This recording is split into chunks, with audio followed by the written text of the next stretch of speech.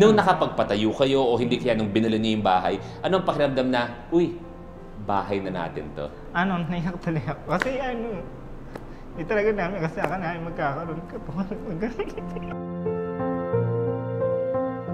Minahal mo ko ng totoo kasi magta-13 years na kami. Pati ito po, Sir Luis, wala pong masama magmahal ng bakla. Ang masama gumawa ng mali sa kapwa. Ang ganda naman.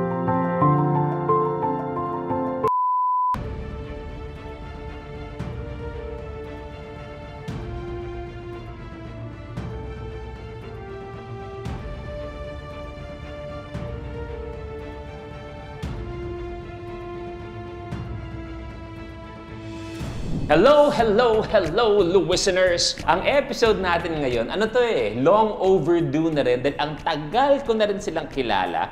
Ang tagal ng usapan na mag-guest sila sa show natin. Pero ang nangyari, hindi lang nga mapagtugma ang schedule namin. Pero kung fina-follow niyo ako sa social media, sa Instagram, sa TikTok, o hindi kaya sa Facebook, imposibleng hindi niyo nakita at imposibleng hindi kayo kinilig sa dalawang to. Ang tatalo sa kahit anong love team ng ABS-CBN at GMA at Hollywood, Rochelle and Alvin! Welcome! Welcome sa Luis Listens! Nice to meet you, Kuya Finally! Luis. Oo nga, Finally! Kailan ba tayo unang-unang nag-usap na... 2021. Alam mo, inuulit mo lang sinabi niya, parang ka ba? Parang may ano ako na... Parang ego ka na. Backer lang ako eh. Kung saan, kaya ako yung pinatawag dahil ako yung nagtatampo sa inyo. Matagal ko na kayong kilala. Matagal ko na kayong pinopost. Tama. Yeah. Bakit mas nauna pa ang guesting nyo kay Mama Oji kaysa sa akin? Oh, sagot! Sagot! Bakit mas una? Nagulat kasi kami, Sir Luis, kasi bigla na namin kumontak si Mama Ogie na hindi. Natuwa din kasi po kami isang Ano mo ako hawakan? Isang po siya, isang manager so parang na-state agad kami. Kaya humingi kami ng pasensya sa inyo. Hindi naman. Unang-una, kamusta kayong dalawa? Okay na mo po, nakakakain pa kami. Yung palakpak pareho. Sige. Ito ay, kasi natutuwa kami na na pinashare mo yung mga video doon. Kasi di namin akalain, Sir Louie, kasi pagsabi kasi ng 2021, nag-chat yung friend ko na pinost ka agad ni Sir Luis yung video niyo. Sige, totoo ba? Wala pa kaming IG before. Kaya ginawa namin, nag-install kami. Tapos pagkita namin search agad namin kayo. Tapos pagkita namin, oo nga, nagte-trending nga siya. So parang kami na, pinost nga tayo ni Sir Luis. Totoo nga ito. Ano pa ako, nasa trabaho pa ako. Sa trabaho ko. Nasa construction ka dati kung hindi ako nagkakamali, di ba? Ano ang ginagawa mo sa construction? Nasa tulay ako. Kami yung mga gumagawa ng tulay. Bago yung kasikatan nyo, bago yan, bago yung sabi mo nga, ina-post ko kayo, mag-day 1 tayo. Day 1. Paano kayo nagkakilala? Hindi yung pumunta kasi ako ng Bicol, 2011. Tapos, tinama kasi ako ng ate ko doon, gawa mag-alaga ng bata. Tapos, nagulat ako, nililigawan na ako. Kasi nakita ko siya, tapos nililigawan niya na agad ako. Siguro nagandahan siya sa... Agad? Saan yung unang pagkikita ninyo? Sa inuman ba? Sa mall ba? Sa inuman. Sa inuman agad? Sa inuman. Tapos, ano ba? Sinama siya ng tropa mo? Yung ate mo ba? Tama? Ate ko po. Bali, kapitbahay namin siya. Kapitbahay nyo? Okay, sinama Yung ate niya, kapitbahay ko sa Bicol. Tapos? So, ito naman, siyempre, taga Cavite. Pinapunta ng ate niya sa Bicol. Inuulit mo lang lahat ng sinabi niya. Inuulit mo lang eh. Wala ka bang sasabihin ba? Pinaglihi ka ba sa parot? Inuulit mo lang eh. Hindi po. Yung bayaw niya po kasi taga Bicol. So, iniba mo lang eh. Iniba mo lang. Yun din yung sinabi niya eh. Iniba mo lang yung salita eh. Bumibili ka muna sa tindahan namin, di ba? Bumibili ako sa tindahan. May tindahan po kasi kami. Bumibili lagi siya kahit piso, napunta agad talaga siya kahit gabing-gabi na. Nagugulat ako at lagi siya Tanong naman nabili. siya kung anong pangalan ko. So, ako si Alvin. So, para malinaw, sino ba ang unang nagkagusto kay Nino? Nung una mo siya nakita? Wala pa. Wala. Siya type. Medyo ganun-ganun pa. Kasi maliit pa lang siya. Maliit pa rin siya eh. Wala. Di masyado. Okay. Ikaw ba, nung unang kita mo kay Rochelle? Doon, nahulog na ako.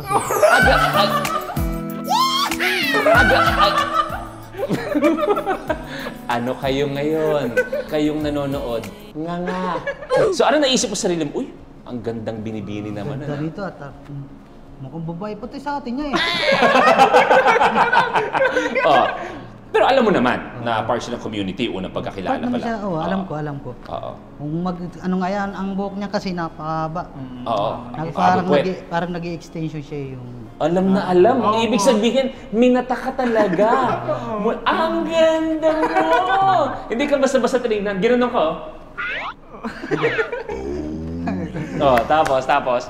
So yung pagkatapos yun yung unang nagkainuman, di ba? Yung pag-uwi mo, ano naisip mo? Ang ganda naman nun. Ganda nito.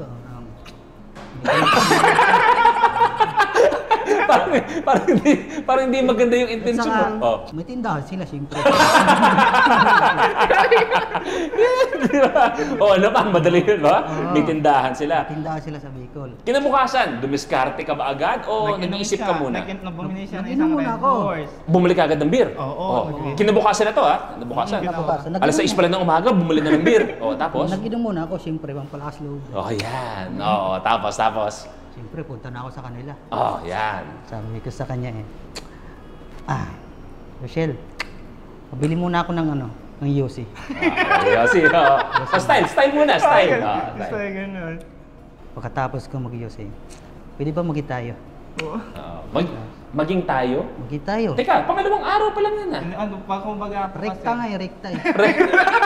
Oo, kasi nag-ano yun nagpagbili niya kasi ng sigaritas alak. May alak ang binili, di ba, yung before. Tapos parang nakainom ata na siya yun. Oh, so, pero sa akin, hindi ko parang, alam ko lahat ako, di totoo. Kasi Parang ayaw niya sa sa manginginom eh. Kumbaga sa akin, parang, baka di totoo, baka mamaya, lokohin lang ako, ganyan. So hanggang sa, nagulatan lang ako na parang kinukulit na lang ako ng kinukulit. Kinakalbit ako ng kinakalbit. Wow! Makalabit ka pala! Eh, hindi ko akalain na seryoso po pala. So ang kita ko naman sa mata niya, kasi tinititigan niya ako. Tapos pagkasabi niya, Siyempre, seryoso nga ako. Gusto ko kasi yung may makasama ako sa buhay. Gusto ko yung yung pagaling ko trabaho, may maglalaba sa akin. Ay, washing machine na lang. Baliktad may maglalaba eh. Tapos sabi ko naman sa kanya, yung hanggang na siniligaw na siya. So, syempre, nakita ko naman sa kanya na ano talaga siya. Hanggang sa sinagot ko na biglang, yes! Sabi niya agad ng ganun. Ito, honest question to, especially si Alvin. Hindi maiwasan kung kunwari ang isang lalaki na in love sa isang tao from the community. Minsan yung mga barkada niyan, may pangungutya na kasama yan. Whether it be sa barkada, sa pamilya. Aminin naman natin, di ba? Nangyayari yan talaga. Napagdaanan mo yan? Sa tropa?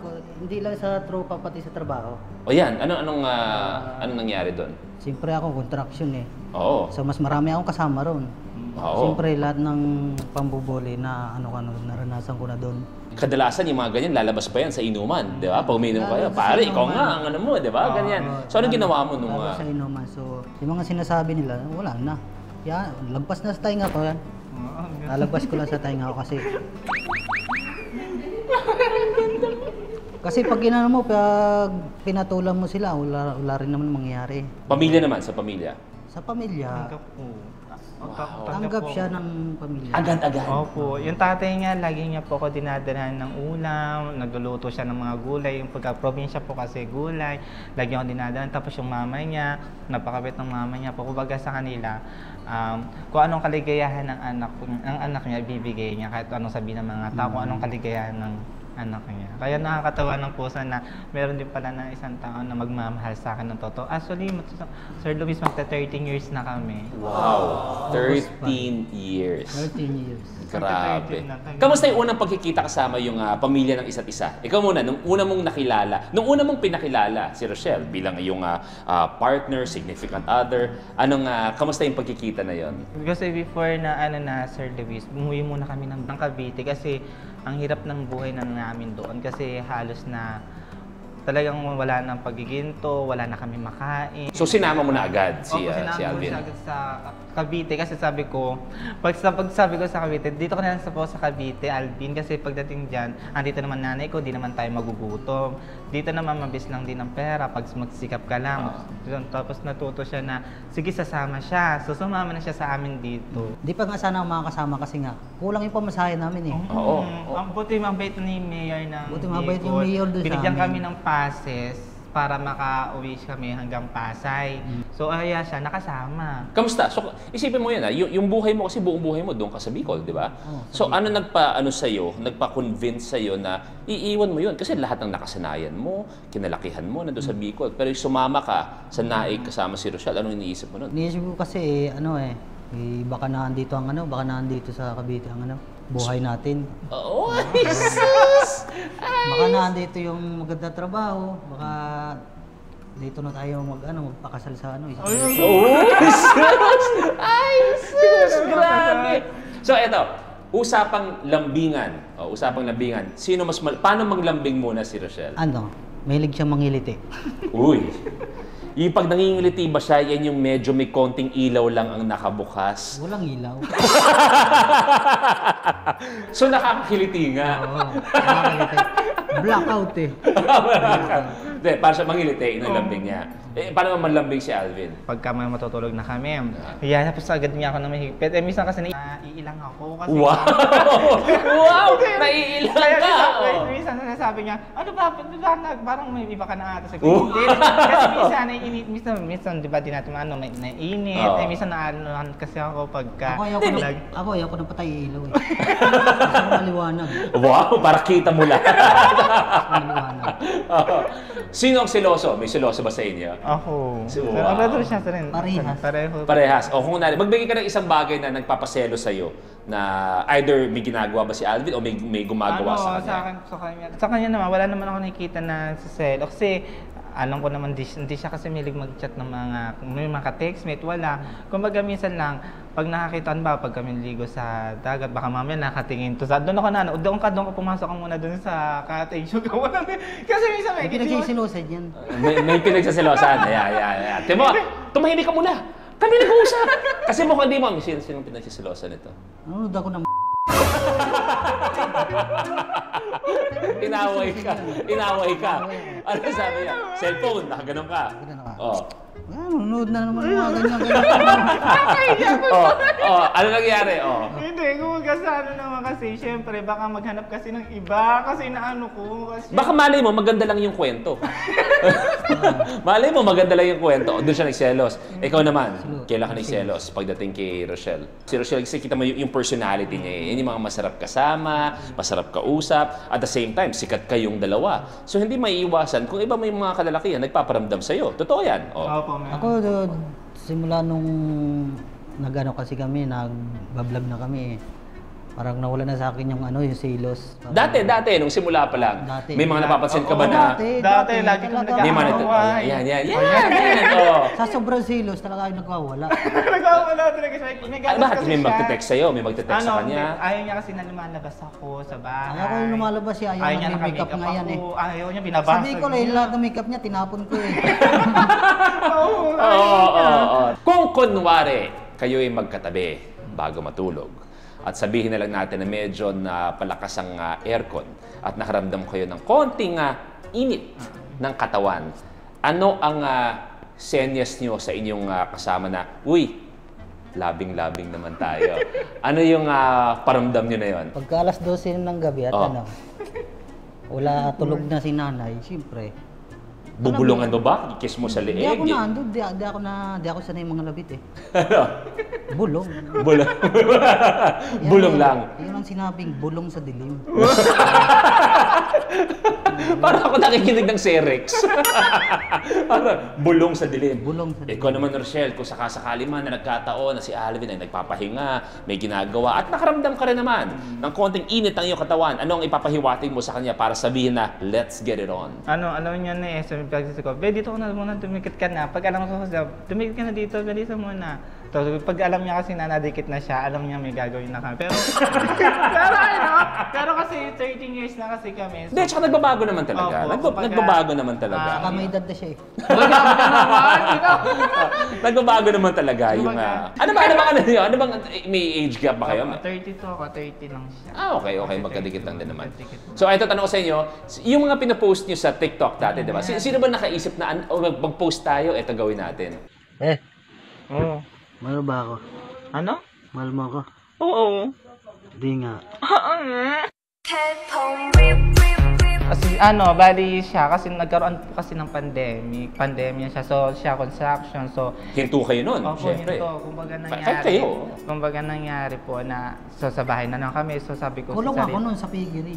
Nasa piggery po Nasa kasi siya. piggery ako. So ngayon nag-lockdown so nasa bahay siya. Sabi namin ang taga na namin naman ni Alvin, so gusto kong pinapakita ko sa kanya yung mga story, yung mga ginagawa ko sa kanya pag siya papasok sa construction, binibigay ko yung baon niya. So hanggang doon pa lang na nagugulat na siya na pinipick up line ako pag darating o pag dumarating siya na may ano yung pasalubong na binigay mo sa akin before, mayroong yung pick up line. Tapos sinishare namin siya sa Facebook, sa TikTok. Nagugulat kami, nagte-trending, dumadami yung views, di namin alam na may sumusubaybay pala sa amin. Tapos nung pinost ko nga, doon medyo kumalat. Opo, doon pagpasok ng 2021, Sir Luis, ang dami po nagbago. Anong pakiramdam na may mga fans kayo? Nakakataba lang po ng puso kasi, Sir Luis, dati pa lang kasi pangarap po talaga maging artista. Yung nag-audition ako na hindi ako nakukuha before. Dati kasi siya nag-audition talaga siya. Hindi. Kumbaga pangarap po talaga siguro sabi ni Lord, bibigay naman to sa tamang panahon. Gusto ko kasi maranasan yung pinipicturean din ba ng tao, like yung mga artista, like kayo po.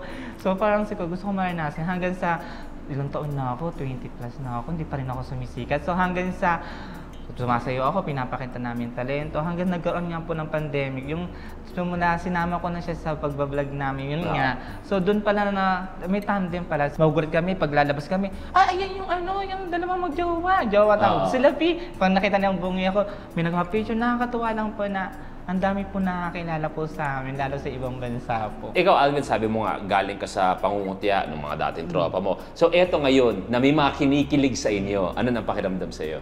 Napakasaya kasi di ko man naranasan niya sa amin eh. Sa Bicol, wala naman akong, siyempre, minero lang ako dun eh. So, di ko man naranasan yung ganyang buhay. Dito ko lang naranasan sa Cavite. Oo. Sa Manila. Masaya ako dahil nakilala ko siya. So, mula nung sumikat kayo, lumaki ang following ninyo, ano mga pagbabago ninyo sa buhay? Sobrang dami, Sir Luis. Kasi kung hindi ako nagkakamali, babalikan ko lang yung interview ni Mama Odge.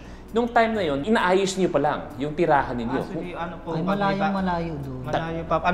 Kumbaga, Sir Luis, pag binabagyo, nag-ayos po kami ng gulong sa bubong. Kasi sa bubong namin, puro gulong, puro basura po. Yung nagulat na lang kami na nando po kami ni Mama O, ginaawa po sa amin na nakita ka po kasi estado ng buhay po namin. Kaya nakakataba lang po ng puso na mayroong isa po siyang binigay ni Lord na para magbago po sa bahay namin. Kasi yung tanggal na pangarap ng tatay ko po maayos yung bahay namin, pero dahil po kay Mama Ogie, naayos niya po. Diba? Tapos ngayon, kung di ako nagkakamali, may bago yata kayo. Oo, may bago kayong bahay. Kamusta yung feeling na medyo, yung mga brand muna, naalala ko, message mo ako, Rochelle, na first time na may milk tea muna na lumapit sa inyo. Opo, na kinuha po kami. First yun, di ba? First ever. Naalala ko yun. Sobrang dami na po na nagpapadala sa amin, na beauty product. So, meron ng mga promoted na... sobrang dami. Tapos di po namin akalain nung may bayad pala kami. Akala nyo, libreng milk tea lang. Yung pala binabayaran ko. Libre lang. So, yung pala good kami na binabigyan kami ng pera. Dati kasi po, service, wala pa kami alam sa ganyan. Baga, naluwas kami. Tinatanong mo pa ako noon, di ba? Hindi namin alam yung mga pag-promote. Yung simula inano kami ng Mama Ogie Diaz. Sa kanya na ako nagtatanong na gusto ko po kasi sa inyo kasi nahihiya po kami sa inyo. Di ba nagtanong po kayo sa Oo, may nagme-message si Rochelle dati, sinasabi niya na, Kuya Luis, may nagtatanong na milk tea, magkano po ba ang dapat kong ibaya? Hingin. Di ba naalala ko yung mga tanong? Nahihiya po kasi ako sa ganyan. Kaya sabi ko po, Mama Ogie na lang, straight tanong ko po. Kung sabi nga naman Mama Ogie, pag kami para hindi kayo nagiging kawawa nga, sabi ni Mama Ogie. Hanggang sa, ayun, binibigyan po kami ng tamang Advice. advice po na ganito dapat. Kasi pag lumuluwas kayo, kailangan may transpo. Kasi dati course. before kasi wala po Sagot nyo lahat. Opo, bago, basta, kasi di namin akalain may bayad po pala po kami. So wala yung nagbabayad po. Sir Luis, meron po kami lupa na ulit binili po. Gagawin po namin resort. Galing! Saan yung binili yung lupa na yun? Nilalagay po namin sa Alfonso. Alfonso, Cavite po. Nilalagay po namin yung pera namin sa tama po. Anong pakiramdam muna nung, syempre iba yung pinagdalaanan nyo, yung para sa resort. Pero kasi iba din yung pakiramdam na may bahay kayo. Opo. Nung nakapagpatayo kayo o hindi kaya nung binili nyo yung bahay, anong pakiramdam na, uy, bahay na natin to? Naiyak tuloy ako. Kasi di talaga namin kasi namin magkakaroon ka po. Kasi kung hindi po talaga galing sa inyo, di ba lagi po nagpapasalamat. Kasi yung laki kasi na nagbago. Sipon. Hindi kasi po, ang laki po kasi ng binago po kasi ng buhay po namin. Kung makikita nyo diba before, tambak-tambak yung bahay namin. Dati, kami na yung kaibahang bahay doon. So ngayon, nagkaroon na po kami. Yung pinapray ko po ng pinapray.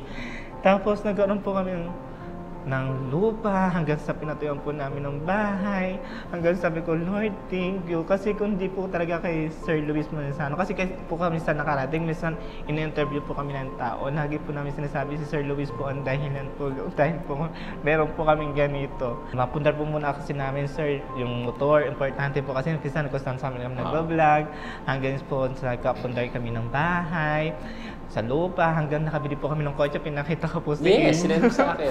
Tapos ngayon po, i-chat ko po kasi sa inyo kasi ngayon po nakapundar na ulit po kami ng lupa na ipapatayo po namin soon na resort. Kaya nakakatawa, kaya thank you talaga, Sir Luis. Alam niyo bakit kasi ang sarap i-share ng mga video ninyo?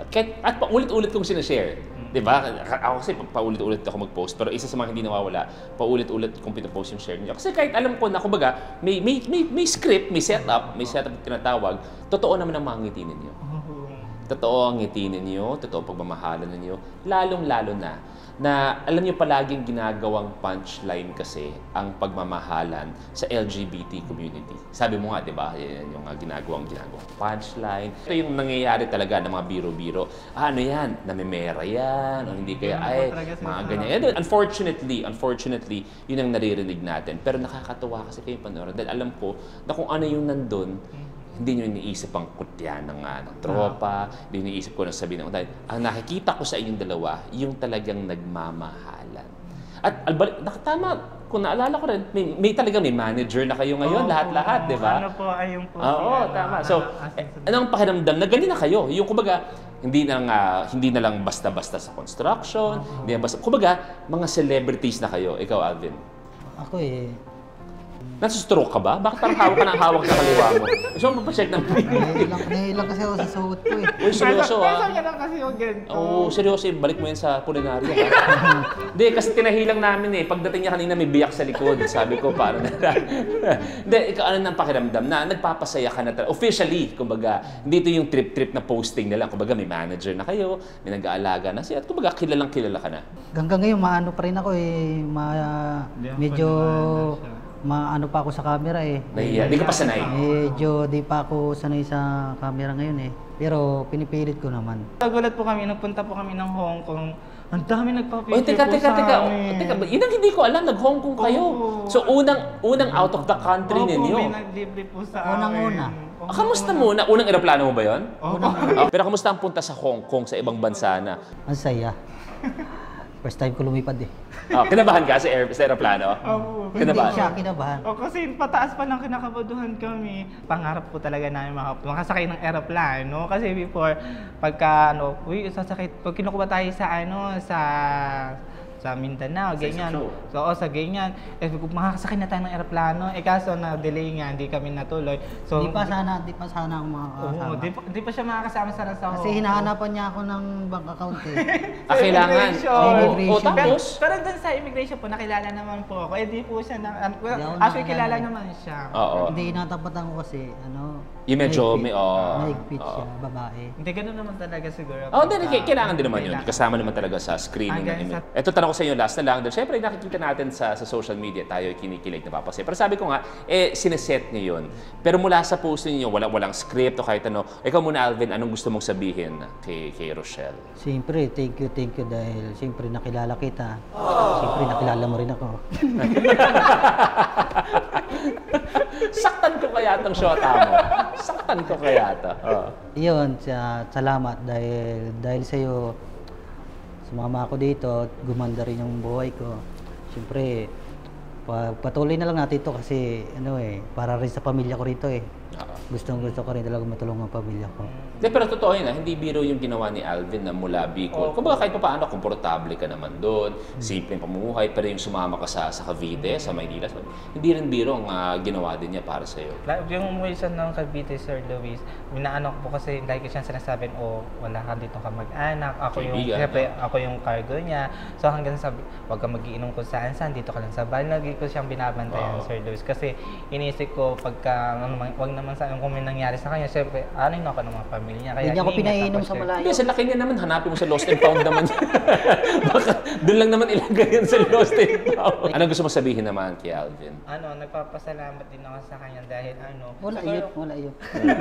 Siguro yung destiny po talaga kami. Kasi kung hindi naman kasi ako pumunta ng Bicol, hindi rin po rin siya makikilala. Siguro, ito po yung talagang pinag-ano sa amin ni Lord na maging kami din po. And nagpapasalamat sa kanya kasi nga kahit kung ano yung mga pinapangaral ko sa kanya and sinasabi ko sa kanya na yung mga sa pag-iinom nga po. So, parang panahikinig naman po siya kaya nagpapasalamat ako na dahil kahit LGBT ako, minahal mo ko ng totoo. Kasi magta-13 years na kami. Pati ito po, Sir Luis, wala pong masama magmahal ng bakla. Ang masama gumawa ng mali sa kapwa. Ang ganda naman. Di, totoo naman, at sabi ko nga beauty queen ng datingan, di ba? Sabi ko nga, kaya ako natutuwa dahil marami akong mga kaibigan from the LGBT community. Sabi ko, ginagawang patawa ang love life.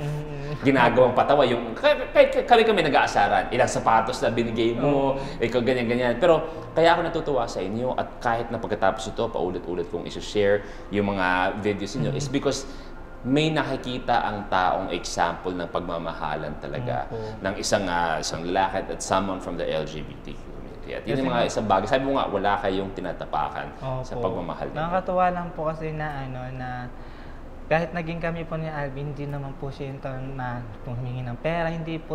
Nagtatrabaho siya lahat po ng kita niya po sa akin po talaga binibigay ko kumbaga. Hindi ako nangingi pera sa kanya.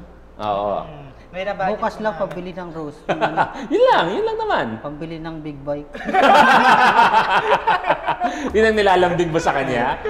Yun pa. Kaya naman, happy ako na finally nagkakilala na tayo. At happy ako na yung mga ilang posts ko, nakapagpabago ng buhay, nagdala ng mas masaganang buhay sa inyo at masayang buhay. Thank you, Rochelle. Thank you. Then, brother, uy, ibalik mo na kasi ililibing na. Paubos na yung luha ng pamilya. The listeners, thank you very much. God bless. At sarap makakita, sarap makausap ng mga nagmamahalan talaga. Regardless kung ano pa yung gender identity. So God bless, guys. And see you soon. Bye. Clap. Bye, guys.